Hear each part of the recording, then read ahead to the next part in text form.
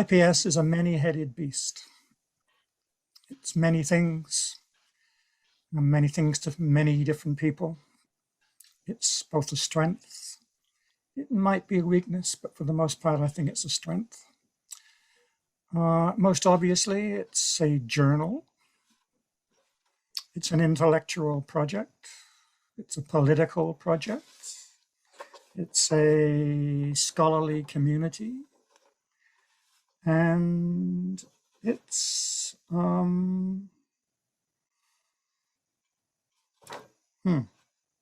wrote this down.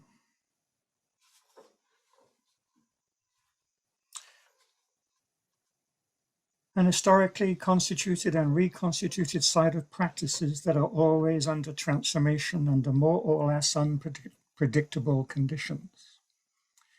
In some sense, it's the last of those that will be of concern to me.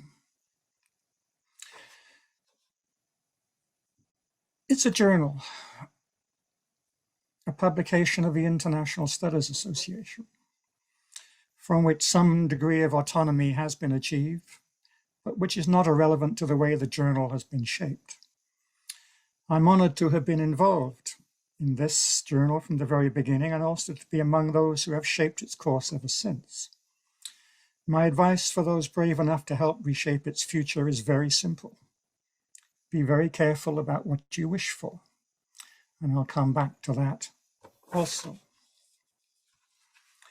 So it's some kind of intellectual project. Some more or less loosely articulated assortment of projects. As some of you will know, for myself, and perhaps only for myself, this project is defined by the commas I prefer to place between the three constitutive concepts: international, comma, political, comma, sociology. On the grounds that while we may have a clear sense of what each of these concepts refers to, it's not at all clear what we mean when we put them together, as if it were a creature that can walk on all three legs.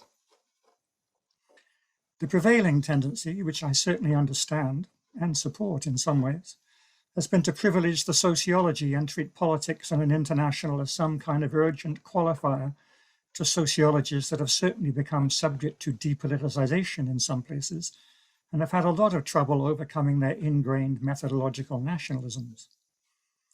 It's also the case that a lot of political science has managed to work with very constrained accounts of what counts as politics by evacuating social processes from its concerns, and that forms of international relations theory that have been sustained by political science leave an awful lot to be desired.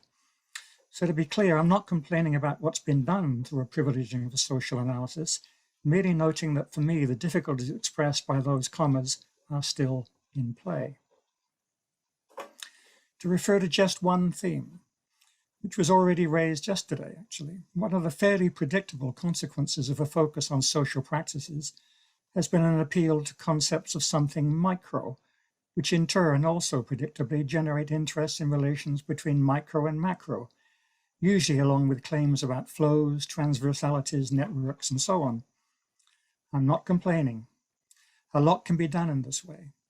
It's also important to understand that concepts of micro and macro are historically constituted, and that the modern international order works on the basis of, and works to constantly reproduce, a very specific understanding of micro and macro, large and small, higher and lower, individuals big, international big, individuals small, states in the middle.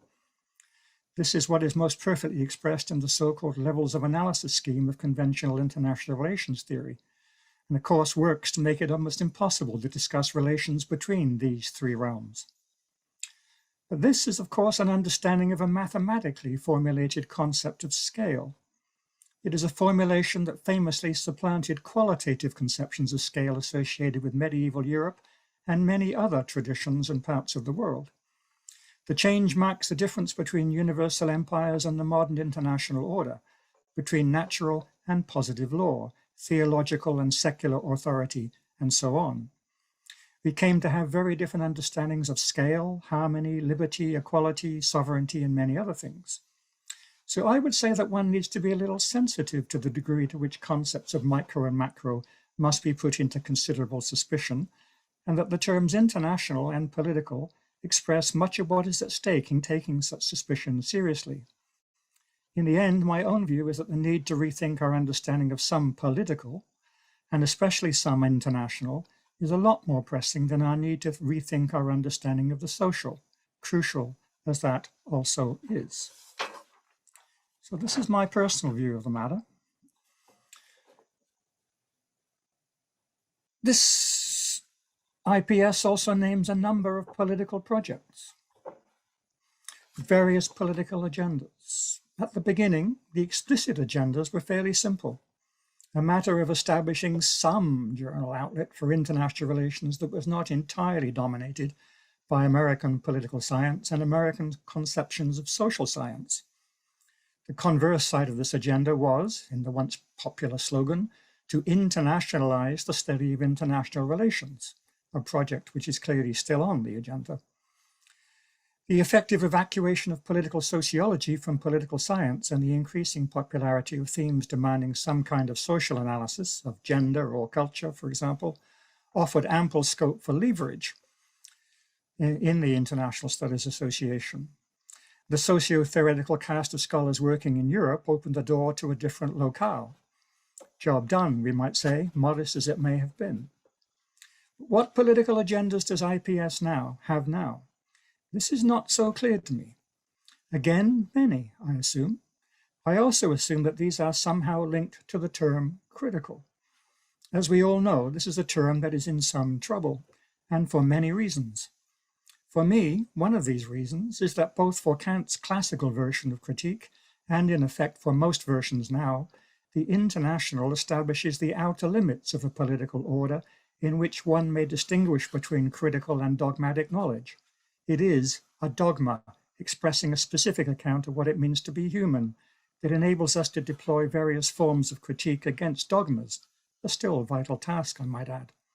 But it does raise questions about what it means to speak of a critical theory of international relations, or a critical theory of IPS for that matter, that invoke an international, even or especially in order to dismiss the significance of the international.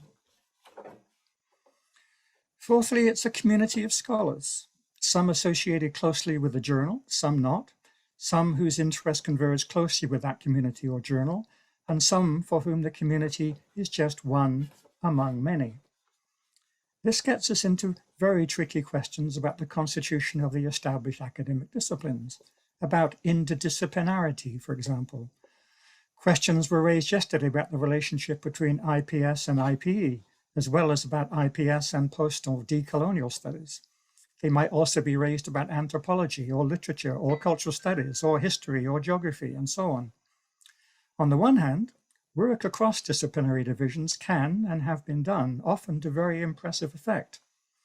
I know of hardly anyone who's able to do this better than Michael Shapiro, whose work we celebrate later on today.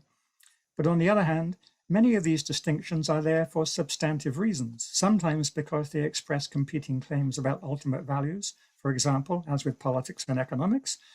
And this, of course, brings me back to those commas between the I, the P, and the S, because we're not simply dealing with disciplines, institutions, we're also dealing with established and institutionalized claims about principles that are in competition with each other in one way or another. So interdisciplinarity, as you should all know, is much easier said than done. And IPS, I think, is one of the most interesting sites in which attempts to deal with the transdisciplinary potential of contemporary knowledge forms is being shaped. Fifthly, and finally, it's a beast that changes over time. And I'm speaking in this context mainly as someone with some editorial experience over a long time. And my basic point is that editing a journal like IPS is always a difficult and unpredictable affair, and editors don't have as much control as they would wish to have. A lot has changed since Volume 1 appeared, but let me just focus a bit on what this means for editors. Editors are always tempted by the possibility of being able to shape or reshape intellectual agendas. It is a position that comes with considerable responsibility, as well as a lot of very hard and often tedious work. Didier and I were very lucky. We knew that there was already a pent-up demand for a venue in which to publish certain kinds of analysis that would not get a look in elsewhere, at least in places that had the imprimatur of a serious professional association. Stuff arrived. A lot of it was very good. This is actually very rare. Most journals are desperate for very good material, and this is deeply dispiriting for editors. They often have to go digging to find submissions, or spend a lot of energy advising on how to revise and resubmit, or publishing things that are professionally competent but intellectually and politically blah, or, when desperate, lowering one's standards and one's expectations. I have a story that may have some relevance here. It's not about IPS, but about alternatives, which I edited for a long time. When I started, it was what one would call a kind of post-colonial journal, focusing on politics of development. It was based in Delhi, India. For a while, submissions were good, often absolutely brilliant. Then generations turned over. The processes that have seen Modi established as an ultra-modernizer were firmly in motion. Interesting submissions dried up. Competent but banal forms of social science showed up instead. Post-colonial theory took on a cosmopolitan aura, but lost its grip at the grassroots, as the saying went. My friends told me to look elsewhere. Luckily, so-called critical IR was just emerging, so that's where I looked. This had happy consequences, but they came at some cost. Critical theories of IR remain beholden to American and European traditions. This remains a problem for IS, IPS, and for many others journals. There are, of course, many complaints about patterns of hegemony that are expressed even in the most resilient critical traditions, and IPS is not immune to these. But it is a very hard road. It's one thing to complain, but quite another to move beyond cliches and moralisms into sustained analysis. Being on the side of the angels is never enough. Journals are dependent on what gets submitted. Submissions set the agenda.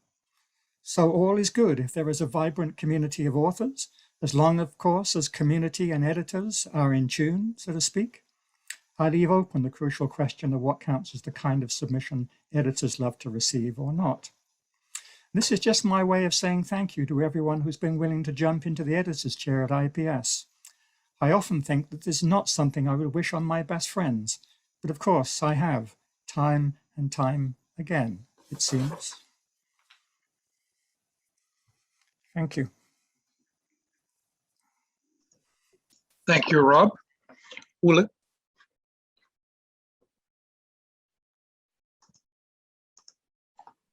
Thank you very much. Thank you for the invitation. In my case, maybe a little more surprising than in Rob's and this. It's good to be here, although here is not where it should be. This is not Rio, but it's also good to be in Paris and in such good virtual company. When talking about IPS and its history, trajectory, perspective on a panel with the two founders, I'm of course very reluctant to actually say anything about IPS and more inclined to talk about something else. And that is actually also what I'm going to do, in the sense that the main part of my presentation will be a story that seemingly is not about IPS at all. But in the end, it might actually be very much about IPS. It just took a long time to get to that conclusion. It's a paper that Charlotte Epstein and I are working on. Some of you have seen versions of it before. We've been working on it for a few years. It's about the turns in IR. And it's going to be finished this week. So it's on my mind, even if I would have liked to talk about something else. But I actually also think that it tells an important, it is a way of historicizing IPS. And I would also very much like to have responses on that attempt. Before this, however, I would like to make 3 brief remarks more strictly on IPS. So in that sense, my presentation falls in 2 very different parts. Just looking as a kind of mostly outsider, sometimes insider, outsider, in the sense that I've been on part of some of the meetings along the way in relation to the journal, actually also from very early on, and overlapping circles, one of those that Rob talked about, I guess. But also just both broadly in line with the commitments and interested in seeing this in a disciplinary perspective. I'd just like to make three brief comments on how I see IPS. And it's obvious that the two defining features of IPS when the original move were the kind of geo-epistemological one away from US dominance, which was much more striking at the time than it might be today, and to reconfigure disciplinary constellations. That's obvious. What is less obvious is what's the relationship to IR. And I like to point to some paradoxes here in my three brief observations first.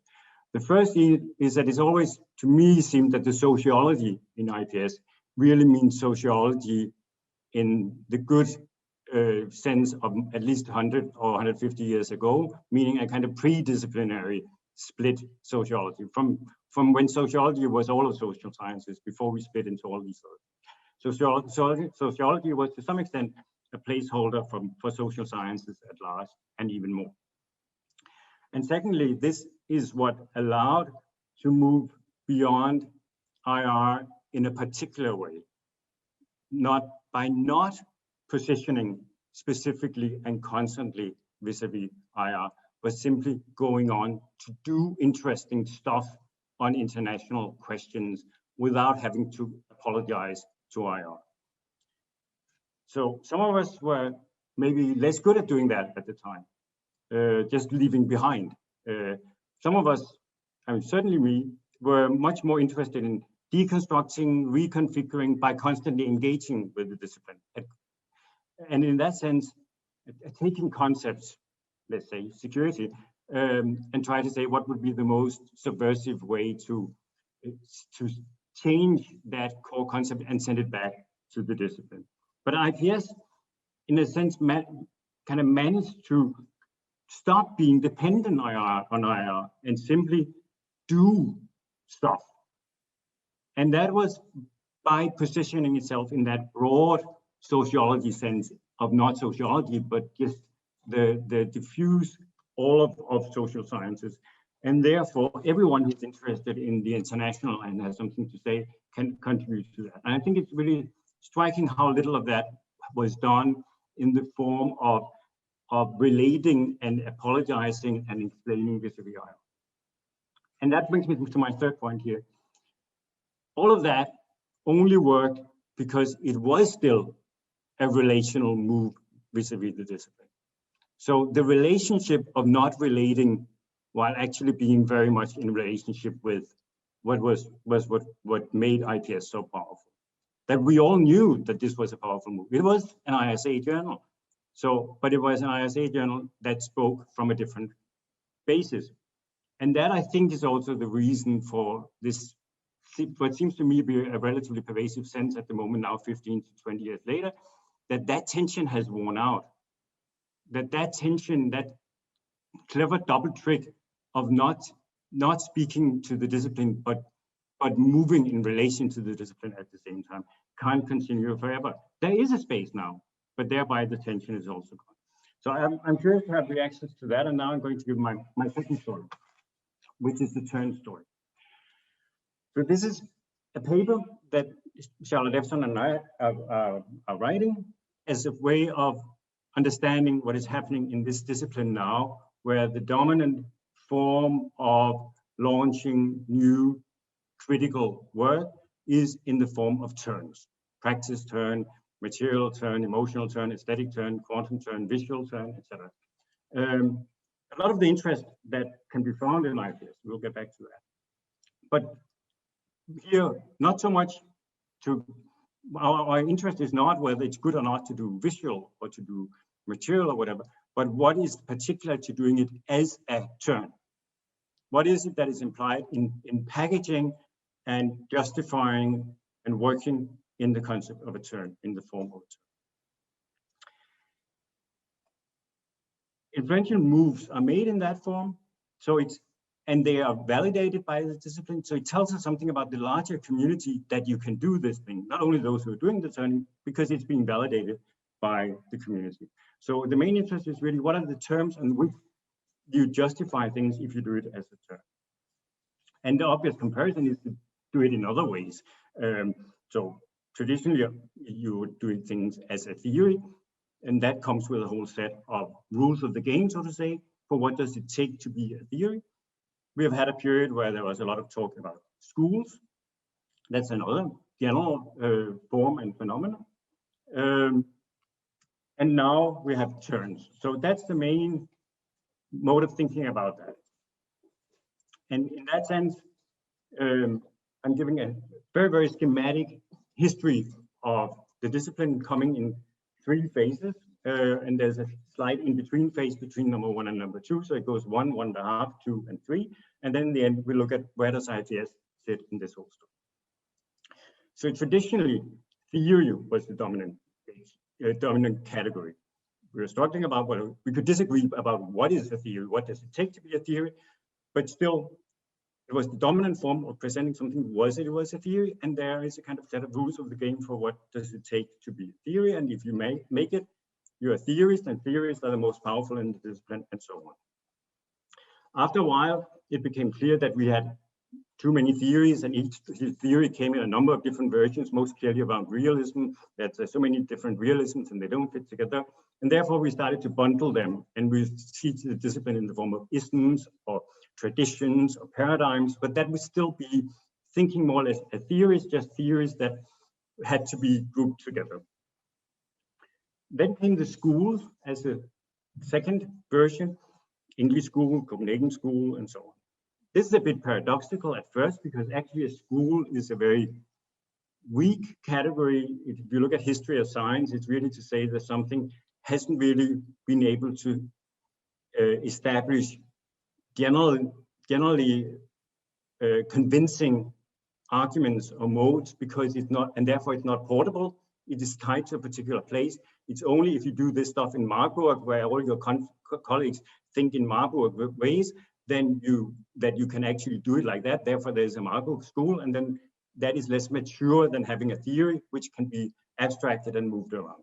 So normally a school would be a sign of a kind of immaturity, and therefore it's also very clear that that is the judgment from the center. So most of the schools were non-American, was seen from an American perspective, not theory enough, therefore defined by its place.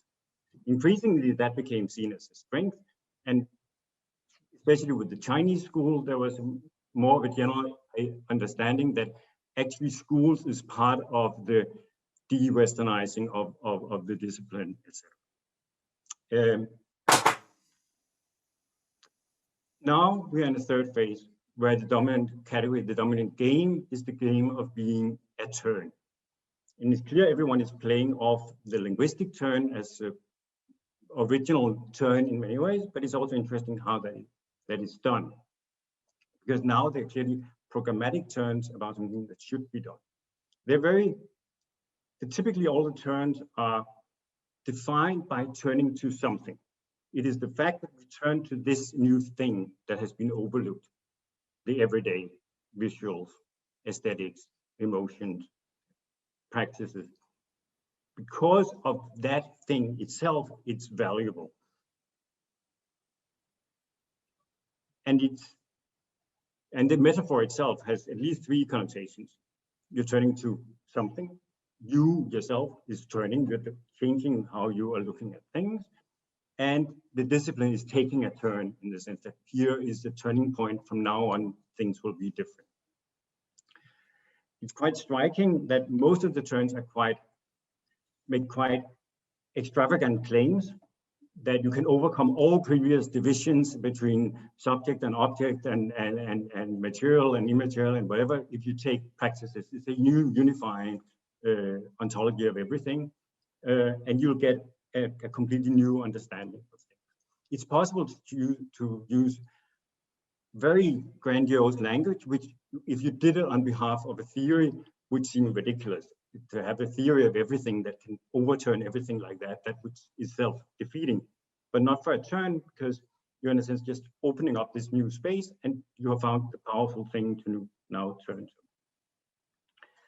The mode of justifying is very different from a theory in the sense that a theory is not valuable in itself. A theory is always justified by what it can do. It's a good theory if it can do certain things, and you have to then assess it afterwards. In a turn, it's the practice itself which is valuable. It is good to be working on emotions because it's good to be working on emotions. So as soon as you start doing it, you're doing a good thing. You don't have to say afterwards, you're then assessing, you're doing something good when you are working with that good thing. The thing itself has a quality that makes it good to be engaging with it. That's interesting. But how come that can be a good thing? And this is where, just to reassure people that we will get back to the subject of IPS, this is where the whole question of the space of critical IR is central. That there has a space had been opened up that was thinking of itself as critical and increasingly self-evidently as critical, so that you don't really have to spell out what it is, but we are still having some shared understandings that certain things are good and bad. So to be a bit more, to be very schematic here, it seems that there's a structure of valorization at play across these different turns, where there are some unstated but still powerful hierarchies that make it good to do these new things. And the three most striking is new is better than old. It's good to do this because it's new. We used to not pay enough attention to the everyday or to visuals or to practices and so on. Therefore, it's good that we're doing it now. There has to be somehow implied that also somehow the progressive moves on other things have run out of steam. Otherwise, it becomes a bit bizarre to just say just because it's new, it's good. But it is argued like that. There's a second hierarchy saying wide is better than narrow.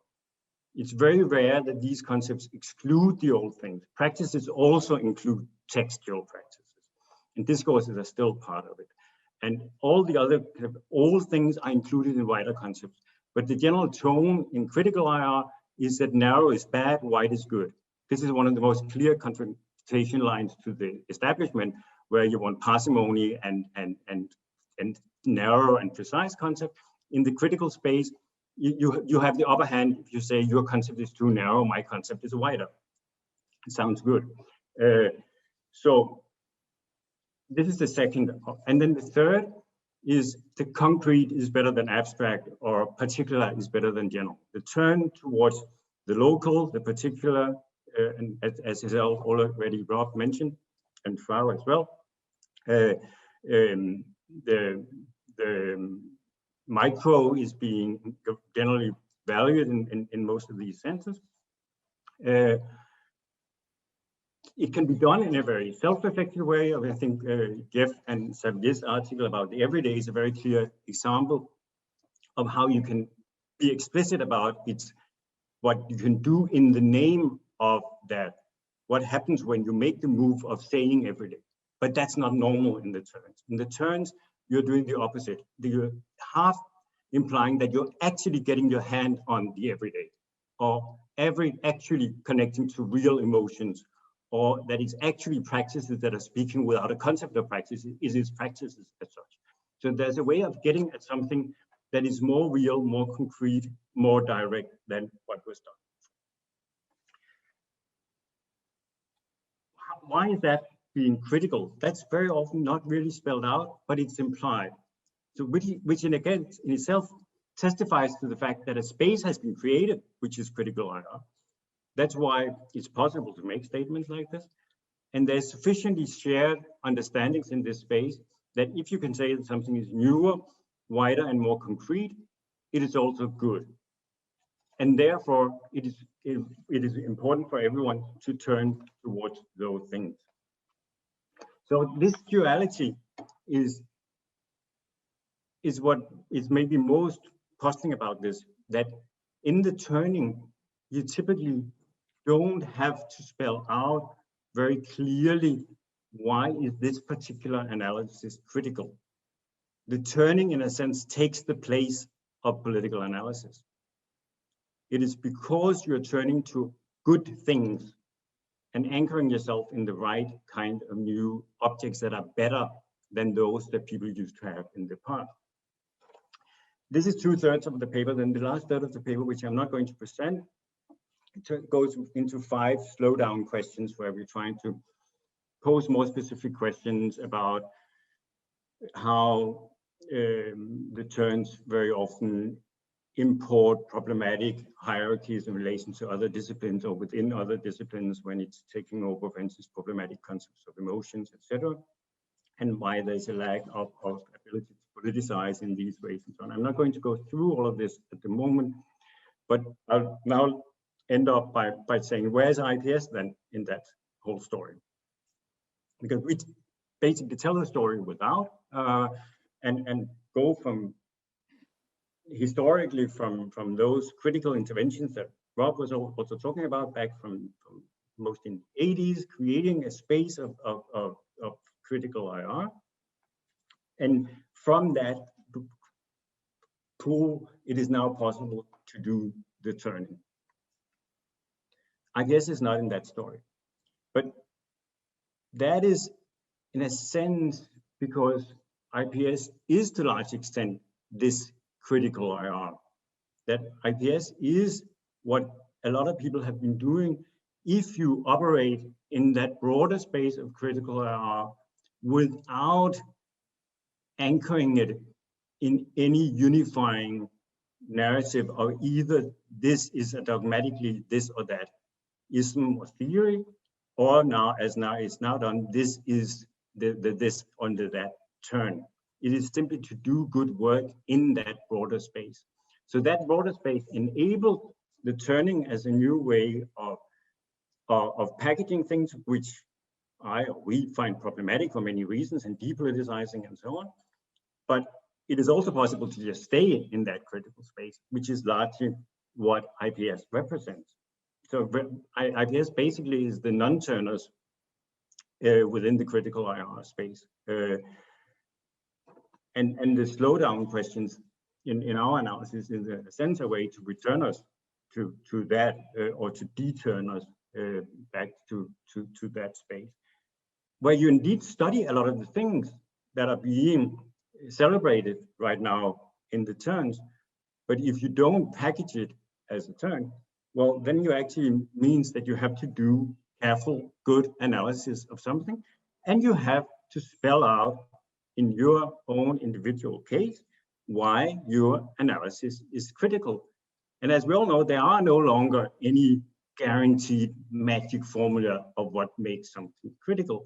That is something you have to justify and argue and construct in each time in a particular analysis. But one way of fleeing from that is, of course, if you have found a thing that guarantees that your work is critical and progressive. That is what is happening increasingly with turns. We don't dare in a turn analysis need to spell out why it's critical, because we know because it is an analysis of a good kind of thing.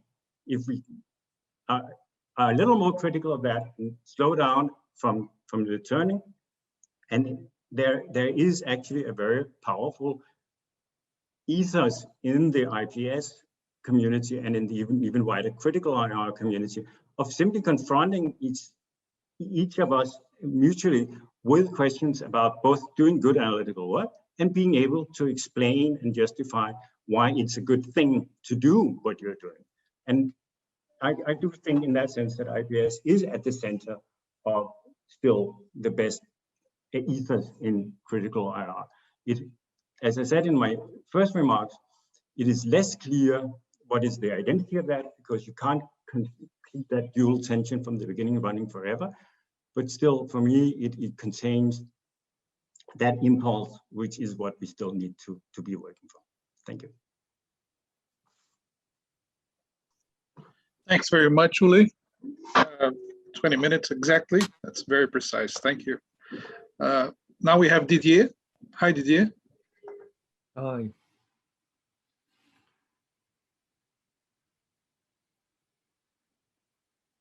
Well, I will begin in a different manner with an anecdote, which was the first time we met to the ISA, and we had the first meeting of IPS, which was not the journal, but the section. And I remember that quite vividly. And I have tried after to discuss with other people how they felt by going to what was a strange animal that nobody knows really what it was. And it was really an encounter between different tribes. And it was quite funny because the people, it was, the location was quite far away, and people were going and they were looking at some of their colleagues and they were asking, are you going there? With a question mark. How is it possible that me and you are going to the same room? It was a polite question, but it was a kind of uneasy feeling that different people from very different traditions were going to the same room. And I think it's really quite something which is connected with two elements. The first element was that nobody wanted to be in the same room because everybody was complaining that he was part of a minority, a strong identity of minority, which was really complaining against the hegemony. At the time, it was the realist of political science. Everybody was quoting Mearsheimer to begin with against Mearsheimer, or I disagree with Mearsheimer. And it was quite a standardization of writing in which the poor Mearsheimer was taken as the devil. And at the same moment, he was very happy because the number of quotes made him the most quoted ever person of IR at that time. But at the same moment, it was really interesting to see that the other people were critical about that, but they didn't know what goes when the negative critic has begun. It's easy to criticize in the traditional polemical term, but how to deconstruct, how to reorganize.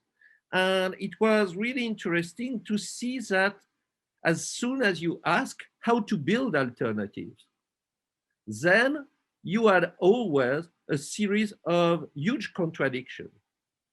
And I think that these contradictions are the spirit of IPS. And against many people, I consider that it makes alive IPS in comparison with other group of people who want to construct a counter-hegemony and to become the new hegemon. And I think that we have seen that quite a lot. We have seen that in different places. The English school, for example, it was this idea that we will be the new IR in general. So what I think is that we have still to think about that, because some people want to continue to be a counter-hegemony. And so to make alliance with other groups, with, for example, let's keep some people of IP, let's keep some feminists inside us, let's keep, or they can be better. And so it's a kind of nice Canadian story or Belgian story where you are always nice with people and you welcome them. And so you have open boundaries. Well, yes, but we know very often that this sympathetic smile is often the way to kill people. and to attack them without saying it on the back. And I think that what we need certainly is more to have a strategy of dissemination, of changing the boundaries of the field.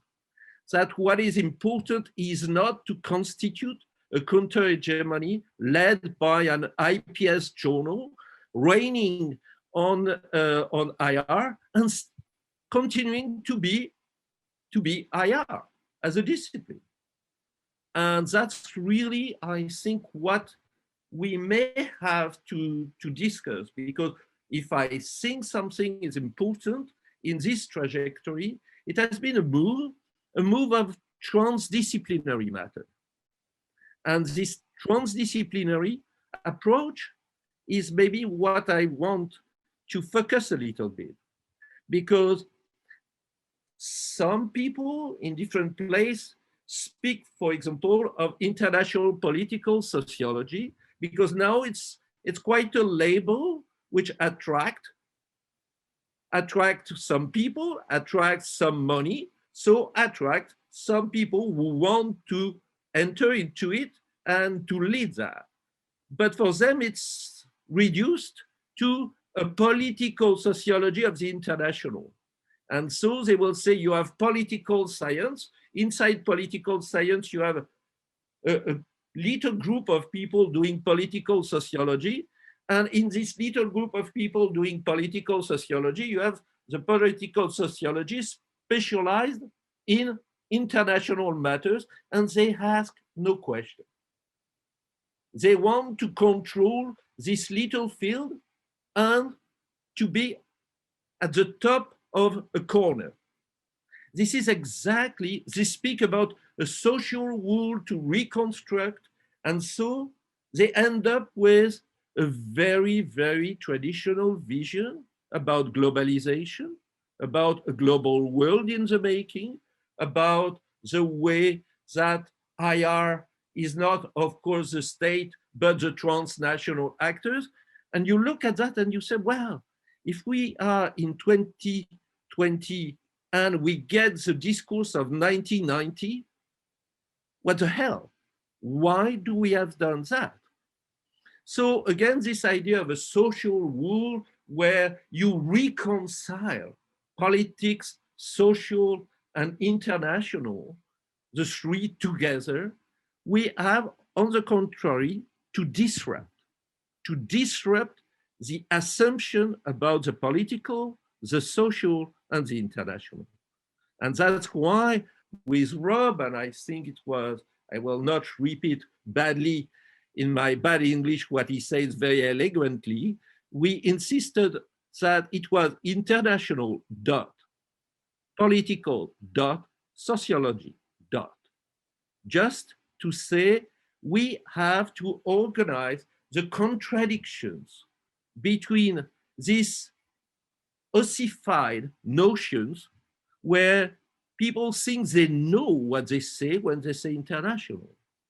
They think they know what they say when they say politics, or the political, or policy making, or politicization, or for the social.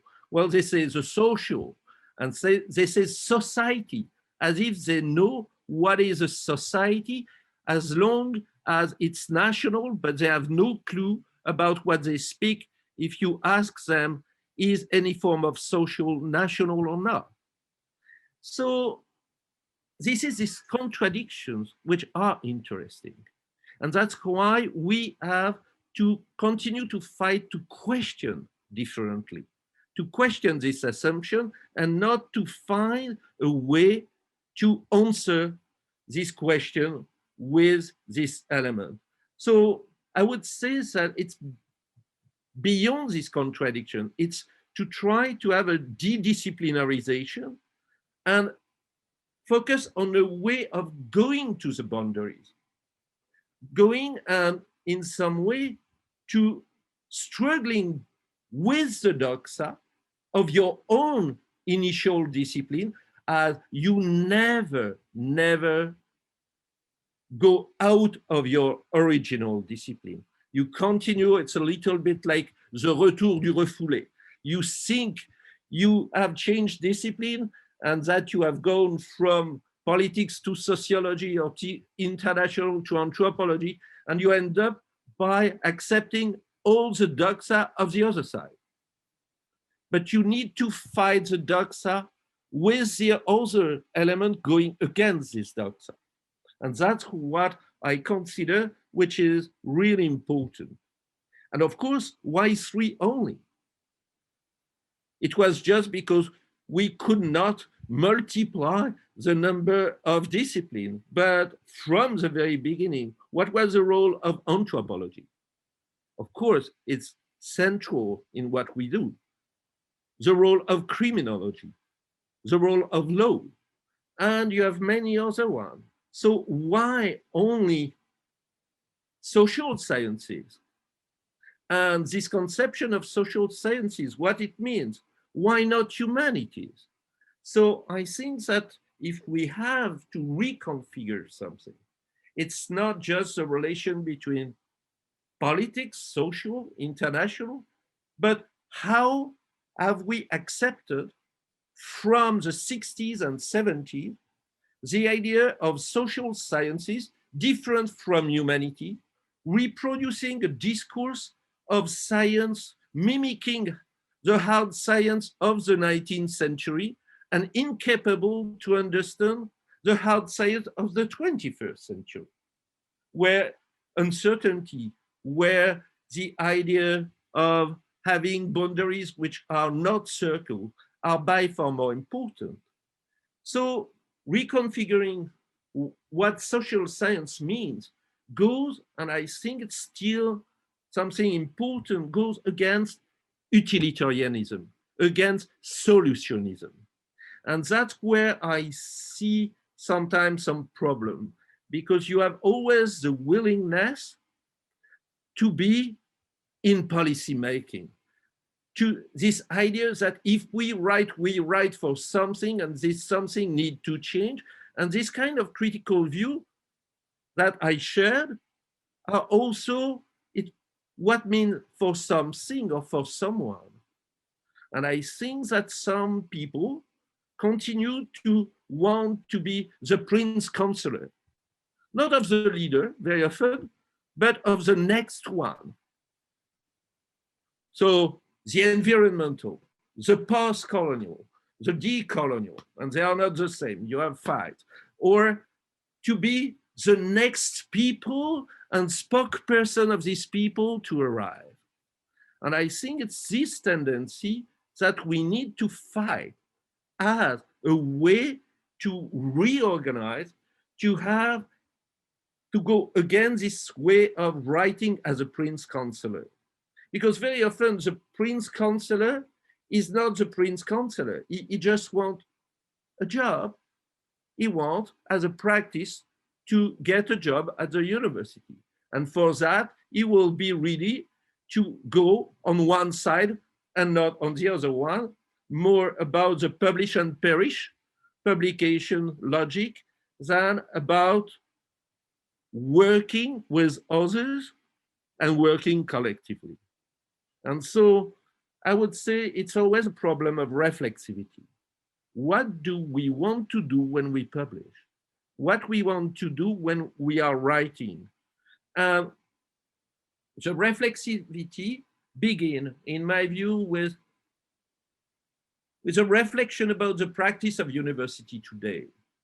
We need to do a sociogenesis of what it was to have a pedagogical enterprise which have a part of coercion, where you have symbolic violence between professor and student, for example, and that the ideology of not recognizing that is maybe the worst way, because if you recognize, you can deal with that, but if you refuse to recognize, it creates exactly the contrary. And to go to a kind of, well, market for selling diploma, where you have consumers on one side, the students, and you have professors who are there to deliver something, to deliver a product.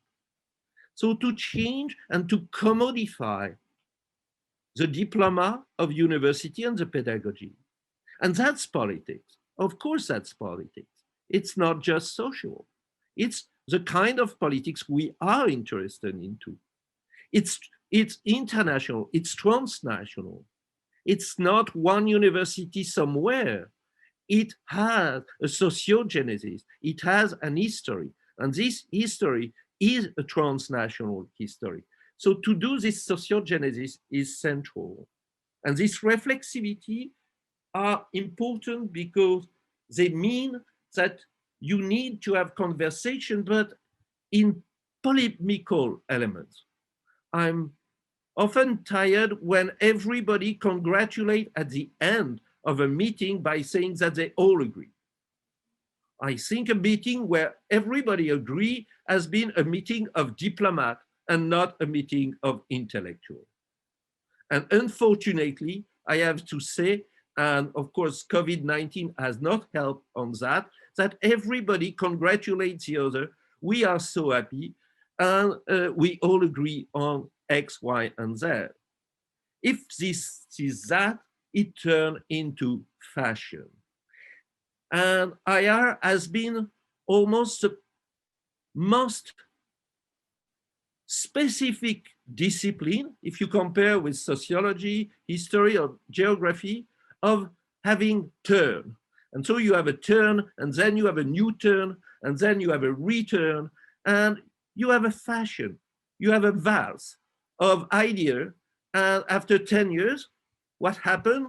Well, you have done the full turn.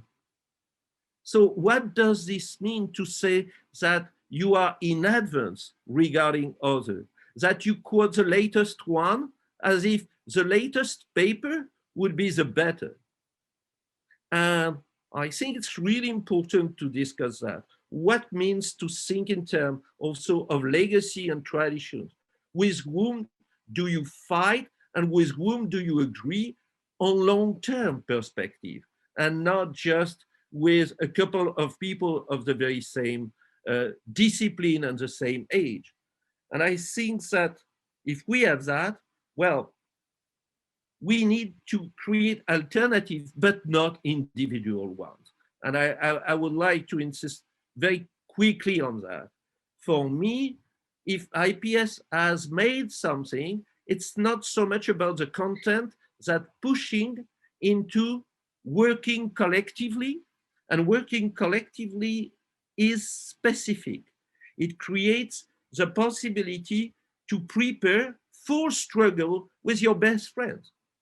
So sometimes it's very difficult because you end up disagreeing strongly with your best friend, and at the same moment, it's the only way to take them very seriously and not to agree. And in this work, then you can, not by your own move being reflexive, but because, as you know, if you have done that already, your best friend are the best to discover your weak point, not you. So it's this kind of collective article. I think that if we have done something, it's a paradox because it was not on the new journal IPS because we were a little bit late, but in Security Dialogue, that it was published. But this idea to do, for example, the case collective about security, where we were almost all participants, even if we all didn't all write, was to create an alternative in terms of symbolic politics. Stop quoting the other. We have so much disagreement between us, we are not obliged to quote the other. We can do that between us, and we have built up something which was a little bit different. What happens later when I see a book about critical security for the dummies? I am a little bit uneasy with that, because very often what people say of what I said is not exactly what I said, but I'm not there to correct them. It's the understanding of the moment. But what has been important is not the result, it's a process. It's really what I would really encourage, that the necessity to look at the process and not the result. If you have to write, collectively, present research in the making, not a research already finished, or that you think that you have finished, because it's never finished. So you can do a research in the making, but by setting that as an objective, you change this idea of solution. You change for a different strategy, which is to be both collective, in competition, in terms of knowing what's going on. And very often it's very important to work with people from very different disciplines and sometimes different opinions, but to work with this idea that you cannot get a doctrinal hegemony. You have to work to multiply the possibility to think about heterogeneities of practices, that you have diversification. You have to understand the way different practices are enacted in different social contexts, that politics is there on this form of what others call the everyday or the banal, that politics is not a layer or a different scale, as Rob said, but that it could be transversal. And of course, I think it's really important because it's also the necessity in that case to multiply the publication, not to have one journal, like a starship, but to have multiple journals, to have different collections, to create a series of space for discussion, and to organize the possibility to have pluriverse and not one universe. I will give you just one example. This example is the one that I've tried to do a little bit with the journal Paris about the first issue about vernacular language. Because so many people, especially on post-colonial, decolonial, are speaking about a lot of hegemony with good reason, but they speak in English, in a vernacular language. And they are very often not really aware that, of course, you have a politic of translation, that when you speak, when you write in a different language, you have to analyze yourself what are the form under which this language, if you want to be published, push you to do. And if you look at that, you will see that the politics of style, for example, is so important. Don't do long phrases. Be short. Don't have too many verbs in the same one.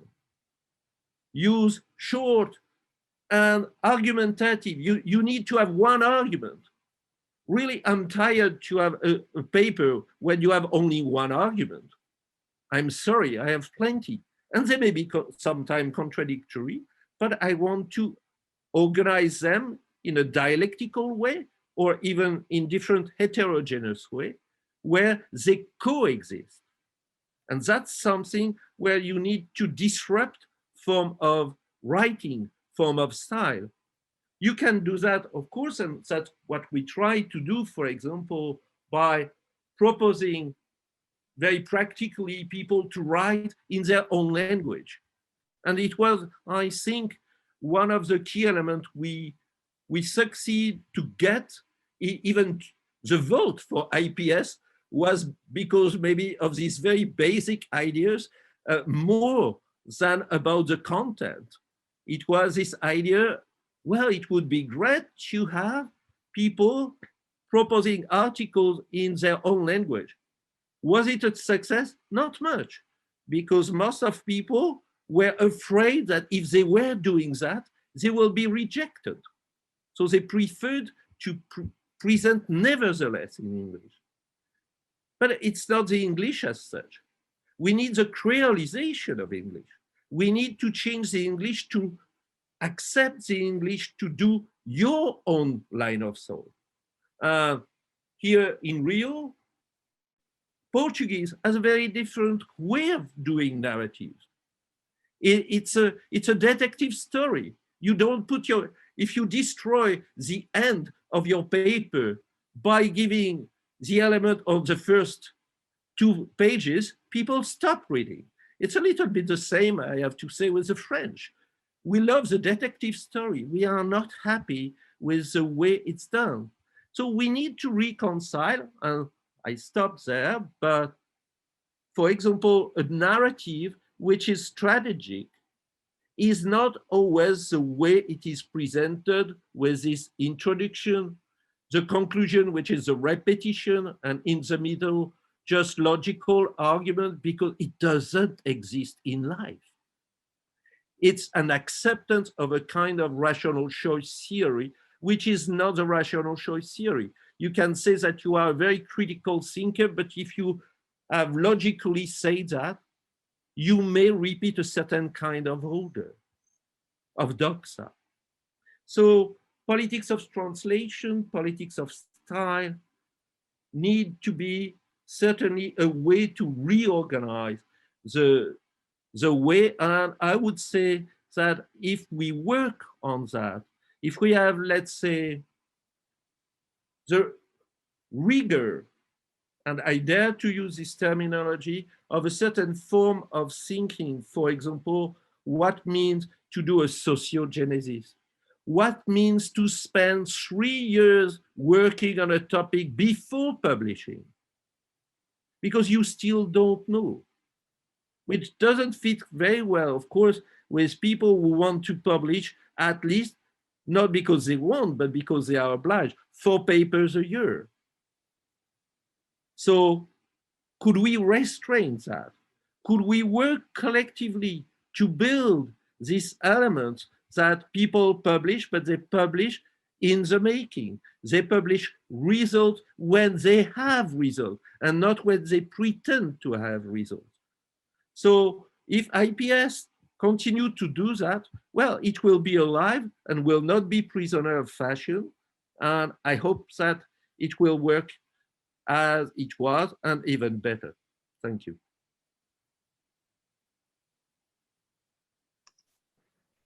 Thanks so much, Didier.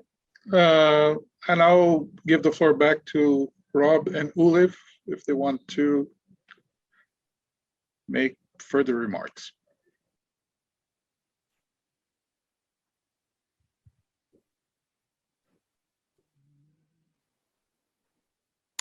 It's 2 things to Ole.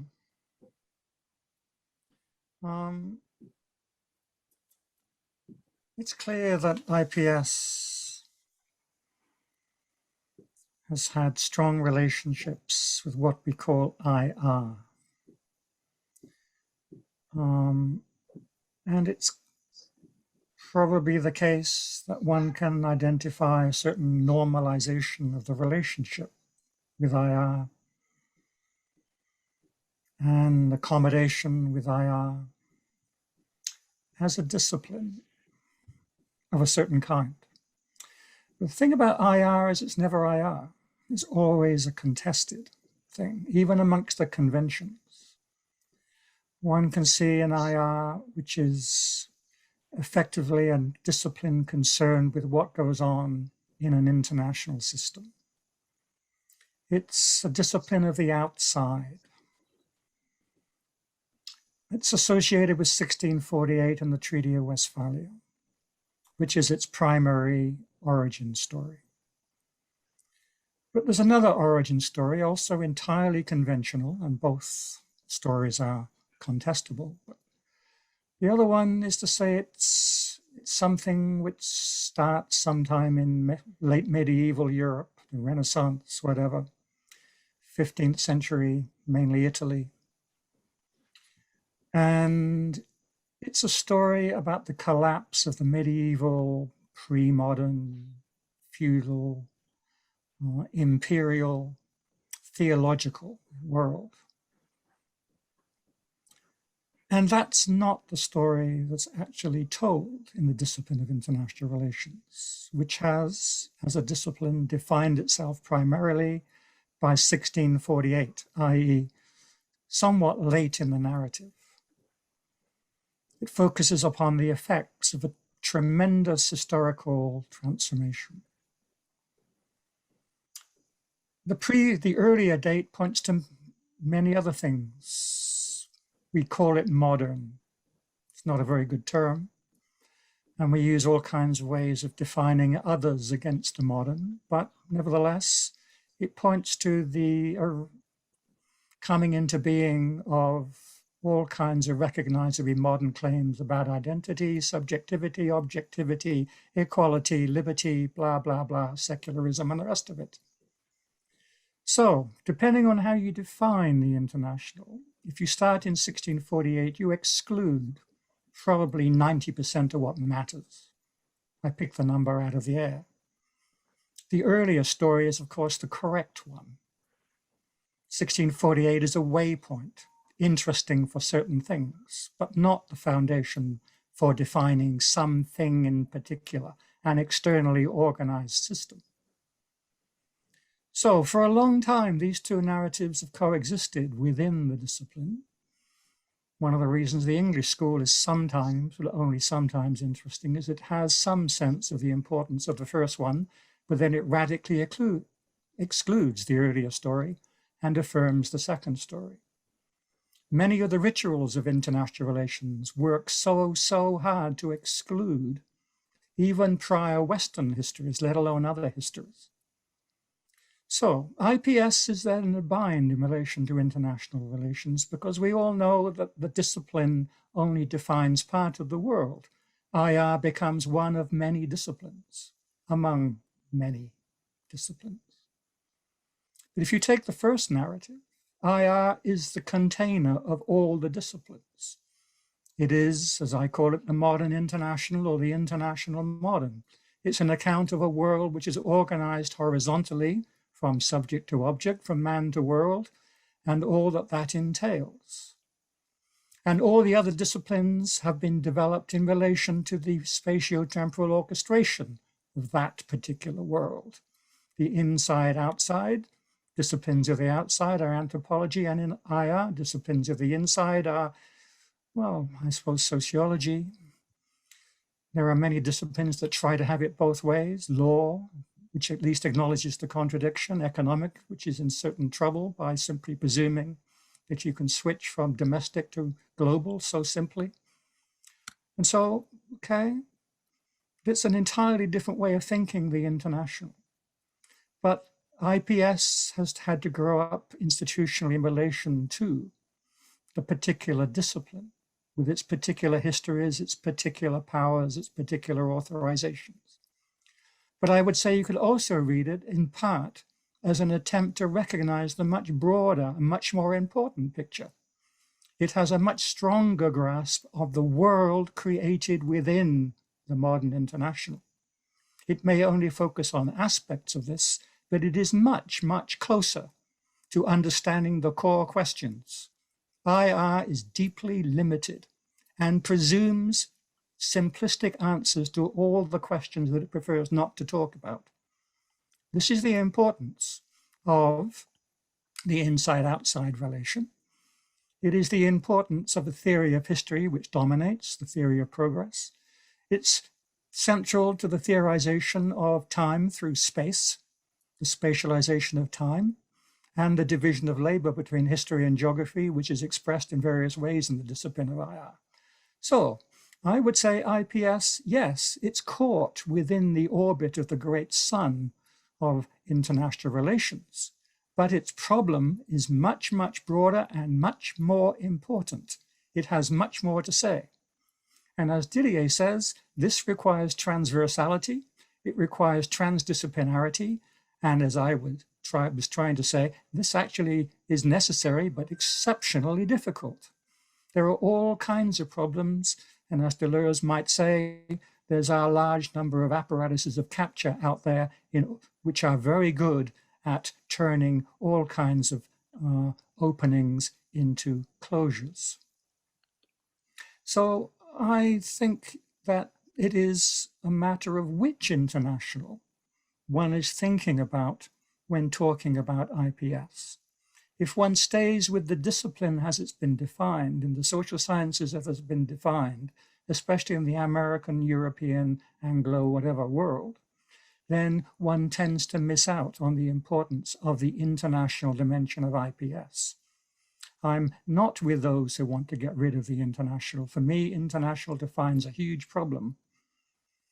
A huge, huge problem. It's the problem of modern subjectivity and its relationship to the rest of the world, or indeed the world as such.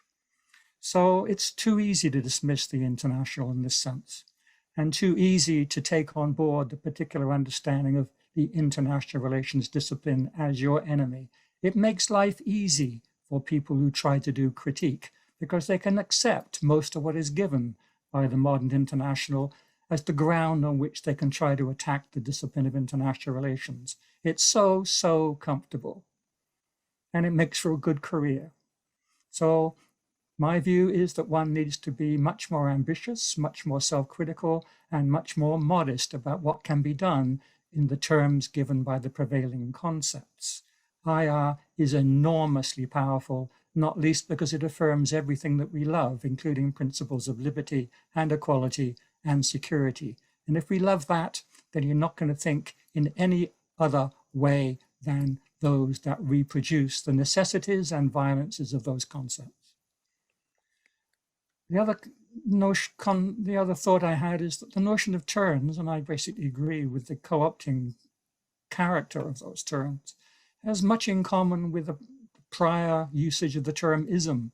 The discipline for a long time, 15 years, was dominated by these damned isms, as if you were in a supermarket trying to choose a brand of soap. Well, the effect of that is to deny that there's a problem. There's only a series of answers, a series of already given answers to already given problems. Just take your pick. It's a matter of choice. What a decisionism, what a Schmittianism. Totally useful, I suppose, in a discipline defined in Schmittian terms. So that is in turn reduced to reductionisms. And we see a lot of reductionisms, reduce everything to this particular little thing. And once you've got a hammer, you treat everything as a nail. And that's what happens in the disciplines, what happens in the turns in some respects. One defines the world in terms of one's immediate apparatuses of utility. So I do think this notion of turns is important, but I don't think it's particularly new. I don't think it's particularly special to international relations. It's yet another way in which knowledge works within normalized discourses, normalized disciplines. And it's often very hard to escape them because in many respects, as I tried to suggest, there are so many forces at work within the academy, within the disciplines, within the institutions that shape one's formulation of what counts as an interesting problem. IPS, with those commas, points to a range of very interesting, profound problems. The danger always is that one goes looking for an answer or go looking for a hammer. Either way, the problem gets lost. Thanks, Rob. Ole, do you want to say anything? Yeah. I'll not say a lot. I think there's a lot of interesting things being said, obviously, but I think we also should get on to opening up to all of you. So just one immediate reaction to what Rob said now, and then one question in a sense to everyone. I both agree and disagree with what Rob just said about in relation to the turns. I mean, you're obviously correct that there are a lot of similarities to what is going on in the isms and, for that matter, in theories in schools and so on, partly because there are some general sociological dynamics of how you get rewarded by heading a movement, calling it whatever, and so on. So there are a lot of similarities, and there are also therefore similarities to what you see in other disciplines. I still do think that there's something to be gained, but that's obviously for Charlotte and me to prove by writing it up and presenting it to all of you. But basically that a very close attention to the language games actually tells us a lot. that if you're making a claim in the shape of a theory, that entails a lot of what you can do and not do, and how it organizes knowledge and so on. And there's an inner logic to doing turns. So the fact that turns have become so dominant is not that trivial. That terminological change tells us a lot of both the state of the discipline, in the sense of being that space where which is not pre-configured to the extent it was before by the established dominant organizations, and where there is a shared sense of vaguely critical colleagues to whom you can make the case that now it's this thing we should do. So it tells us something about the state there, and it also has implications for how we end up working, and it also has problematic political depoliticizing effects. So I do think there's more in it than the similarity. But then the other thing that I wanted to say is about this question that Rob was also talking about now, the relationship to IR. And I would like to, I'm very curious to hear what others have to say about that, especially to the younger participants here, because this is where we see these constant slow changes in what is IR and what is IPS. How is this perceived? And I'd be very curious to hear how this is viewed from other angles. As Rob rightly said in his first presentation, in many ways, IPS is a side of practices in that and in that sense it exists. And I agree very much with Didier. I like your formulation about not being a counter hegemony. I like that because I think it captures very well what I was trying to say less elegantly in the 2 points, one being of not privileging the mainstream, not all the time quoting me as time, whatever, but just doing stuff and not needing to justify vis-a-vis categories we don't believe that much in. But also not to, the other thing in not being counter hegemony, not having to consolidate an organized whole that can be summarized and spoken for from one particular perspective. So it does capture a lot. I'm still a bit unclear, and really you have it as a serious question. What is changing in the relationship between IPS and IR?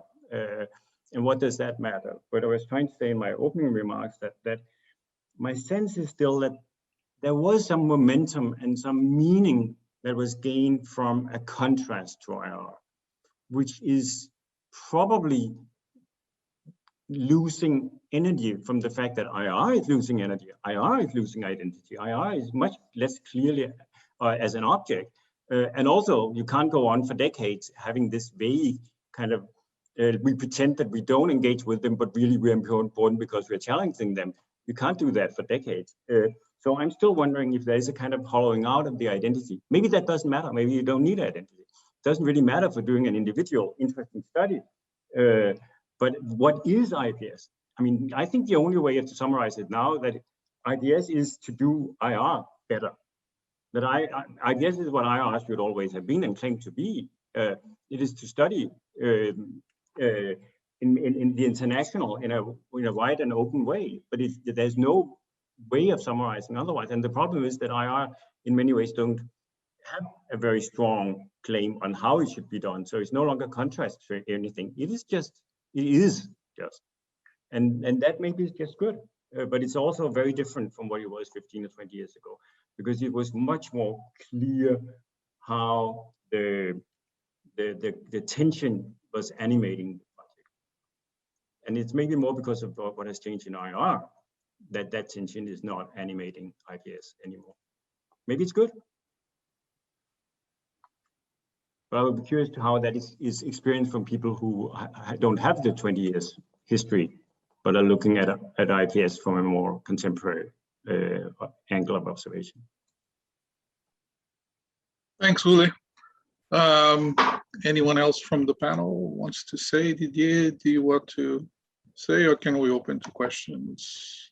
Well, in a nutshell, I will say that turn is an euphemisation of a Copernican revolution. It's because the notion of revolution has been so dismissed that the terminology of turn arrived. but remember in other disciplines that the idea of to have a revolution in terms of epistemology has been central, but not in IR because it may be the IR discipline. I think that what we have to do is what, well, the French terminology of chemin de traverse, which is one which has been really used many times by Deleuze, but also by Foucault or even Baudrillard and Bourdieu in different way, is working. It's a cross-country path, if you want. What does that mean? It means that you cross the country of the discipline to create a different path. I agree with Rob about what is IPS is to do IR. Well, if you do the sociogenesis of the institutional discipline and how at some point IR has pretended to be different from political philosophy, has been different from sociology, has been different from government, then you have a specific history. And this specific history is quite recent. And we all know that this is really a narrative which comes from the Anglo world for the Anglo world. So it's Aberystwyth and then it's the US. And of course, everything before could not be counted if it's not in English. And even Hobbes, writing from France in Latin, will be considered only as a UK person by the majority. What is different from the sociogenesis of the problem with which they deal? And I agree completely with Rob and Ole that this sociogenesis is by far more important. Why the work of Foucault, who has always refused to consider himself as a political scientist, is so important if you discuss security, if you discuss sovereignty, if you discuss identity. It's because it was exactly his view. I have no interest to discuss with the people who pretend to have a monopoly of the legitimate discourse on political as a science.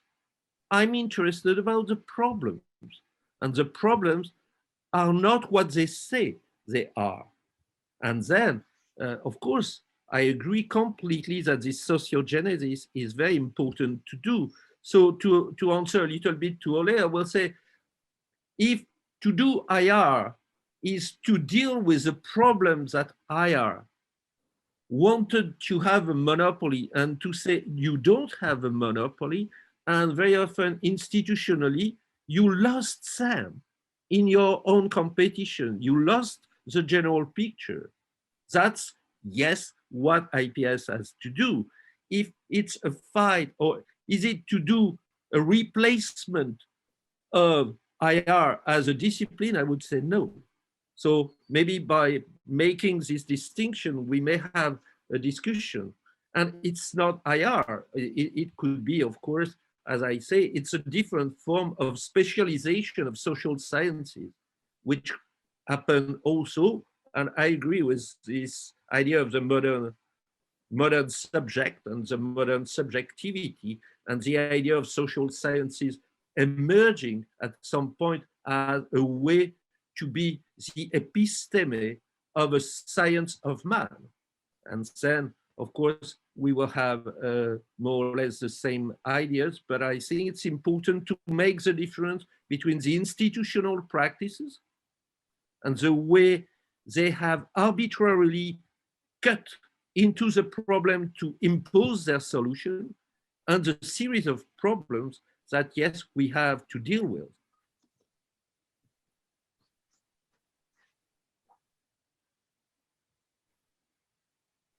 Okay, Okay, thanks, Didier. Okay, we have 15 minutes to open to the public. So if anyone wants to make a question, raise your hand.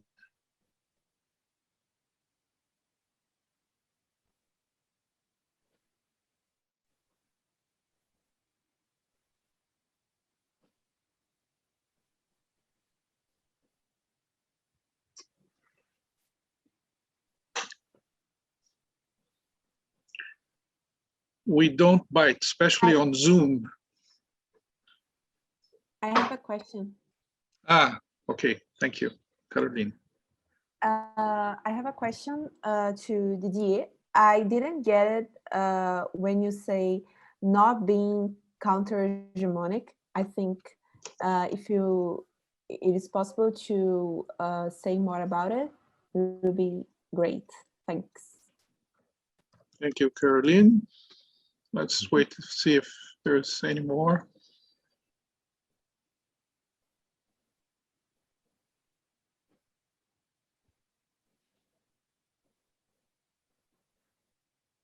No? Do you want me to? Jeff, sorry, before Didier, just a second. Jeff, please. Yeah, can I? No, I forgot what I was going to ask.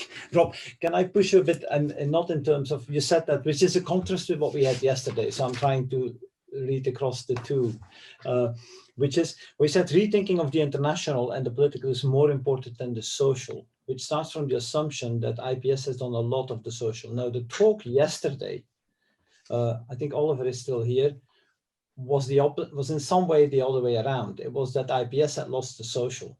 So I would like to hear a bit more about why you make the claim, that what you mean by the claim that the international and the political is more important to deal with today than the question of the social in IPS. And then the other comment is generally is, it's a comment, it's not, there is an element about doing IPS, but there is a game of distinctions that is being played as well. And it is very interesting across the different talks, how the distinctions are made in relation. Some are made in relation to IR, some are made in relation to particular forms of knowledge production. That was very clear in Didier's element. And so, but I think the question that Ole raised in the very beginning is that there was an energy, if that is correct, right, through the IPS project, where it played paradoxically not doing IR, but in relation to IR, and that kept it going in some way. Now, if the reading is correct that that is no longer there, then what game of distinctions, can be played in the different institutional sites where IPS needs to take hold or wants to continue hold? If it is indeed the sphere where this kind of thinking that we need at the moment, not the thinking in terms, the thinking for transdisciplinarity, collective element, for thinking the international and the political in the non-familiar repertoires that are there. So what kind of games of distinctions are to be played or are being played in some way? So I think there's some interesting happening between the different talks about what games of distinctions are being done. To take IPS, and actually it is an element of a stake, of course, to retain the site of IPS as this site that is seen as the productive one by all three speakers for different kinds of research, but research that is distinct from what some people are doing. I don't know whether that makes sense, but that was something I thought was interesting between the different talks.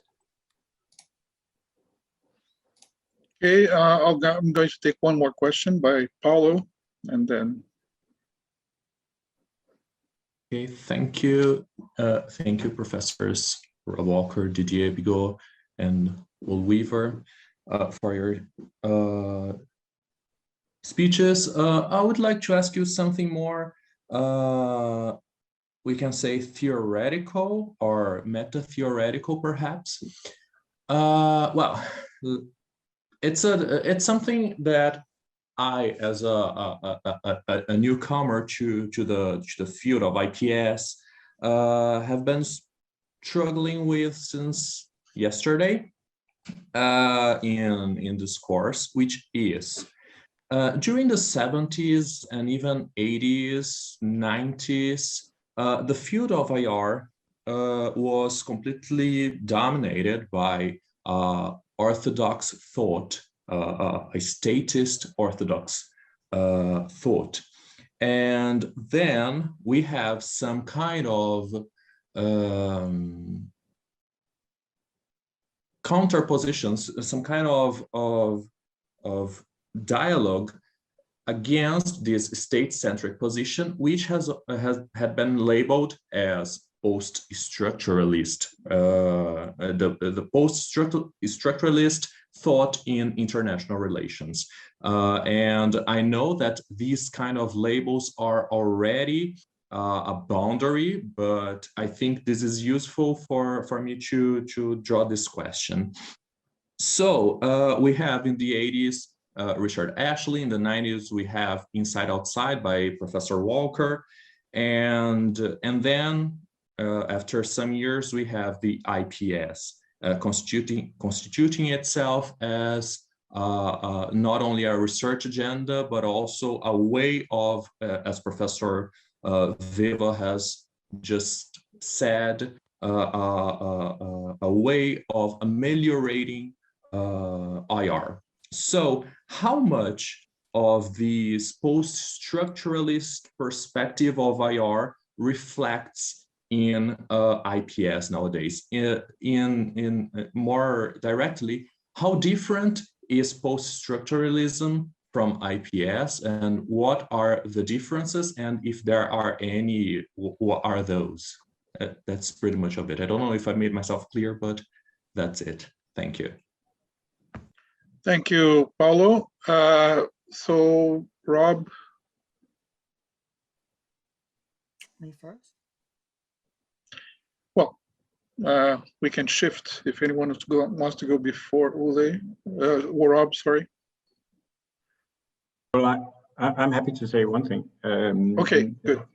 But just that, as, I mean, in a sense, reiterating my little historiography here. I mean, as I see it, it was probably mainly post-structuralism, but at the same time also kind of critical theory, a la Cox, feminism, a lot of different interventions around the same time that created both a new kinds of debates, but given that most of the mainstream didn't change very much, it has been falling apart for other reasons, not so much because of our attacks. But it created a larger space that was increasingly not defined by particular isms or whatever, that it was possible to do lots of critical work. And most people obviously do their own kind of critical work. So it's not like people are then signing up saying, I'm a post-structuralist, or I'm a feminist, I'm in this, I'm in that. People are each trying to devise their own interventions in a space where you can do new things, and with the ethos of trying to do new things in ways that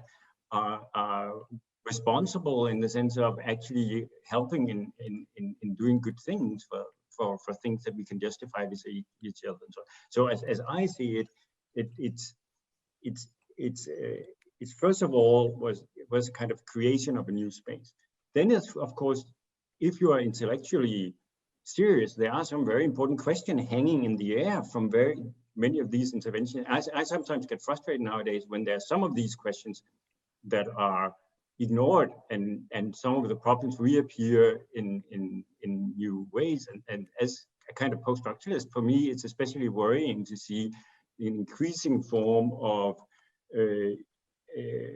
longing for a kind of authenticity and immediacy in a lot of the things that are done now, which is not really taken serious some of the big questions that were raised there. So in the space today, it's not so much who wants to sign up as watch. That is kind of I think outdated way, but it's more if we are a little more slow in not jumping on all these kind of races in the fashions that Didier was mentioning as well. And so then it's important to keep being responsive and responsible vis-a-vis some of those really, really big questions that were asked, especially about post-structuralism, but also by critical theory, feminism, and a lot of the other kind of initiators of that new space. So that's a plea for, in a sense, keeping that part of these questions are constitutive of that space, and they are what we should remember to ask each other when we're doing our work. And therefore, it ought to be part of the space still, but it's not always clear if it is to sufficient. Thanks, Ole. Didier? Yes. Well, to Caroline, well, that's a good question, because of course, when you speak about counter-hegemony, it's because you think that you can build alliance between minorities, and that what was a majority will be deconstructed by a new kind of alliance. That's typically a Gramscian approach, and it's to win in the same field. What has been developed by the people who were quoted by Paolo is a different strategy. It's this idea of cross-country, of transversal lines. That's why IPS book was called also Transversal Lines. It's, to quote Michel Serres, for example, he will say, don't fight for the same field. Escape and encounter other sides. And it's not only a philosopher. Jean-François Bayard has called that also the politics of the belly in Africa. If you are not happy with the chief, you run and you go and you construct somewhere else something. It's what James Scott has recently called Zomia, living somewhere else, which is not this country of the southeast, which were refusing to be states versus states. Or more recently, of course, the Declaration of Independence of the cyberspace. I recommend everybody to read this Declaration of Independence.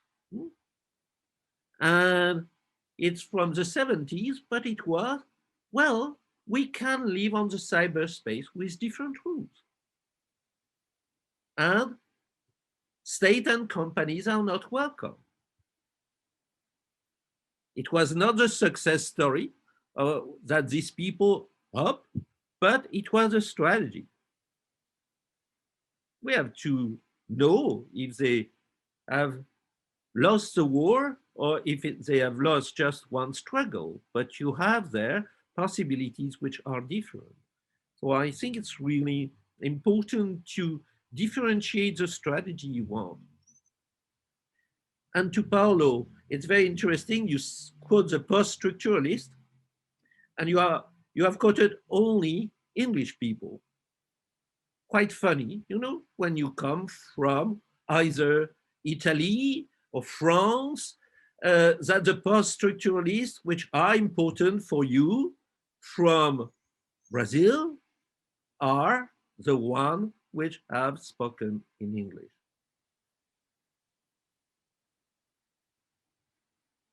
That's it. Oh, I think it has to be said that before Posty came along in any shape or form,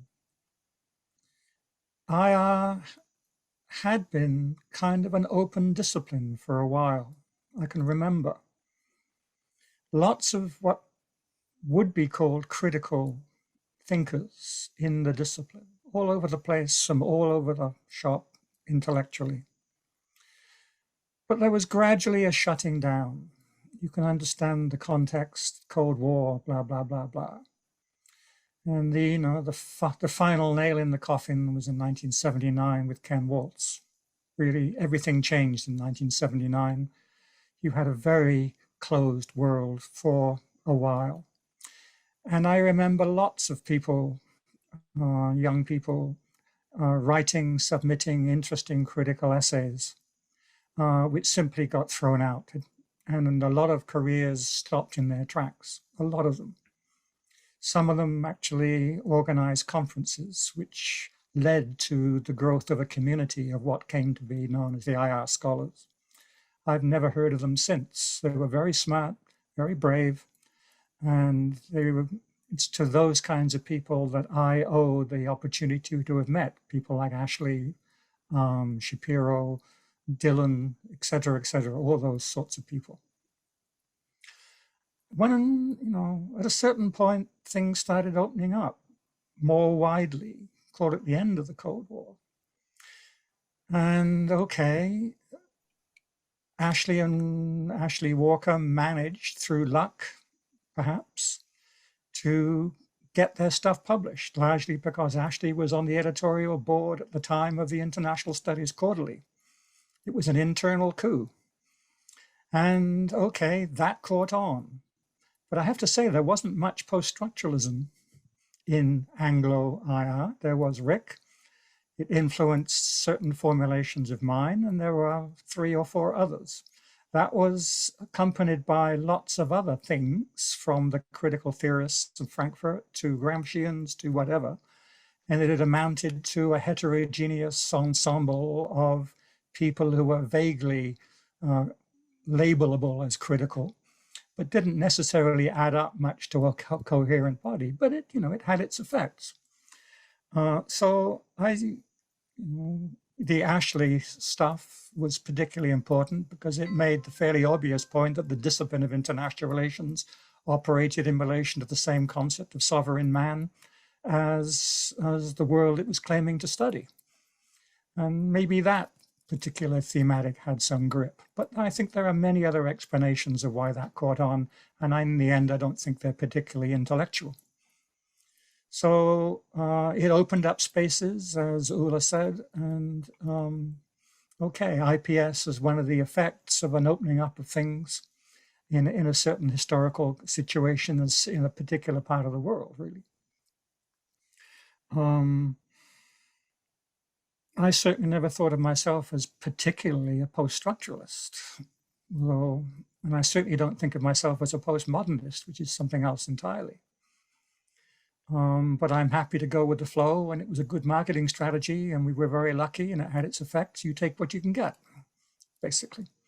So, it's a long and complicated story.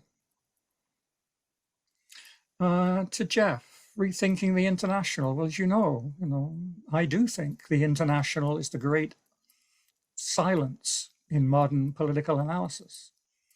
And by that, I don't mean the discipline. The discipline is an effect of many things. And I'm quite happy to complain about the discipline and its effects and its ideological strategies and its closures and whatever. But I get very grumpy when people think that by getting rid of the discipline in a particular form, you've got rid of the problem. The modern world is an effect of internationalization. The international was there from the 13th, 14th century, perhaps earlier. It's a necessary condition of possibility of anything once you have the collapse of a universalizing empire. It didn't develop in its institutional forms, perhaps until the 17th, 18th, 19th, even 20th centuries. I would say you haven't had a proper international system, that is, say, a system which incorporates in effect most peoples on the planet until the 1960s, after the process of decolonization. So there's a long, long history. But in principle, it comes before the state. No international in principle, no state, and no modern subject. It is the effect of a radical rupture in some respects, but not all respects, which occurred sometime in Europe, sometime between, let's say, the 10th century and the 15th century. Long, complicated, contested histories which didn't occur in Europe alone. Most of it was in the Mediterranean, which of course is not Europe. Stuff, long, complicated stuff. Though that stuff produces all kinds of foundational principles. Those principles are ones we now take for granted. We don't even think about them. And we reproduce them. And we reproduce them even in work which is claimed to be critical. And indeed, we reproduce them in the very concept of critique, which is why Kant is the primary theorist of international relations for me. And if you think you can do anything without engaging with Kant and still remain thinking critical, then you've got another hope coming. We are caught within that particular 18th century orbit in ways we don't really want to think about. So for me, we prefer to avoid the hard questions. You want a different world, then you've got to get rid of the notions of modern subjectivity. modern concepts of space and time, modern concepts of self and other, all kinds of stuff. It's buried very, very deeply. The principle of the international is very, very powerful, and we take it for granted. There are lots of complaints about methodological nationalism for very good reasons. I think methodological internationalism is much, much more powerful, much more important. We take it for granted. It is a great silence.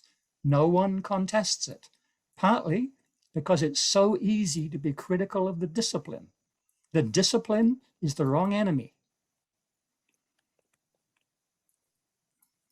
Secondly, games of distinctions. Well, politics is about making distinctions. We make distinctions in particular ways. You can't do much without analyzing distinctions and classifications. We know how they're usually made. We've got a nice repertoire of representations that depend on distinctions of self and other and all kinds of logics that go along with them. How we make distinctions without buying into those conventional logics, how we think about boundaries without Euclid, how we think about boundaries without the kinds of ways we think about borders, for example, how we think about boundaries in time rather than in space.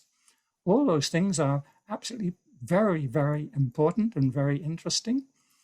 But I'm not sure what you're asking in relation to the distinction between IPS and IR, except in terms of the answer I gave previously. For me, IR is not interesting. The discipline stands in for many, many other things.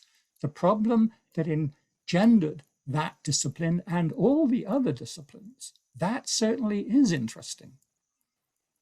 So I take it to be more or less an historical question here and a logical question. What comes first? It's not society, as we understand society. It may be a distinction between people understood as both in general and in particular, between humans and citizens, if you like. That remains the most, how shall we say, provocative question that confronts us. It's a holdover from the European 16th century. How do you divide humans in two? This was Machiavelli's problem. How do you distinguish between body and soul? It's a problem that keeps recurring and recurring and recurring. We know how we treat these dualisms. You choose one side or the other. You assume that the place in the middle of the cut doesn't do anything. But what if the world is actually nothing but distinctions, boundaries, not things that are separated by distinctions and boundaries? It's an ontological question to test the mind. I indeed think that that is the ontology one should be thinking about. We too easily assume that the world is full of things, myself and others, and we don't think about the degree to which the boundary is indeed a connection, a linkage. The linkage, the connection, always comes before the cut. You cannot have the cut before you have the connection. This is elementary. And nevertheless, we take it for granted that we are here or there in this discipline or that discipline, and somehow or another we've got to repair the damage. Okay, thanks Rob, Ole and Didier. I don't know whether Joao is still here because he wrote me that he has internet problems and is moving in and out. Are you still here, Joao? Good. Do you want me to conclude or do you want to conclude? I conclude? Okay. All right. Well, we're over time and we have another event in 50 minutes, the roundtable in honor of the work of Mike Shapiro. So I don't think I'm going to come back to some of the issues raised. We can do that at another point, Rob, about the differences and the cut and so on. But thanks very much. And thanks a lot for the three speakers, Ole, Rob, Didier, for another kind of take, some overlapping with what we did yesterday, some different from what we did yesterday. So at some point, and there's another one coming tomorrow afternoon with Debbie Lyle, Kyle Grayson, and Nicole Grove. So we'll see what that brings. And then, you know, we can reflect together about the different elements of IPS that we have gained from these presentations. But so let's take a break because several of us will come back to the roundtable in 50 minutes. But I mean, I can't do the usual thing about clapping and so on, but you can do. But thanks to the 3 speakers. I thought this was very provocative and very interesting at the same, as it usually is when it's provocative. So thanks very much.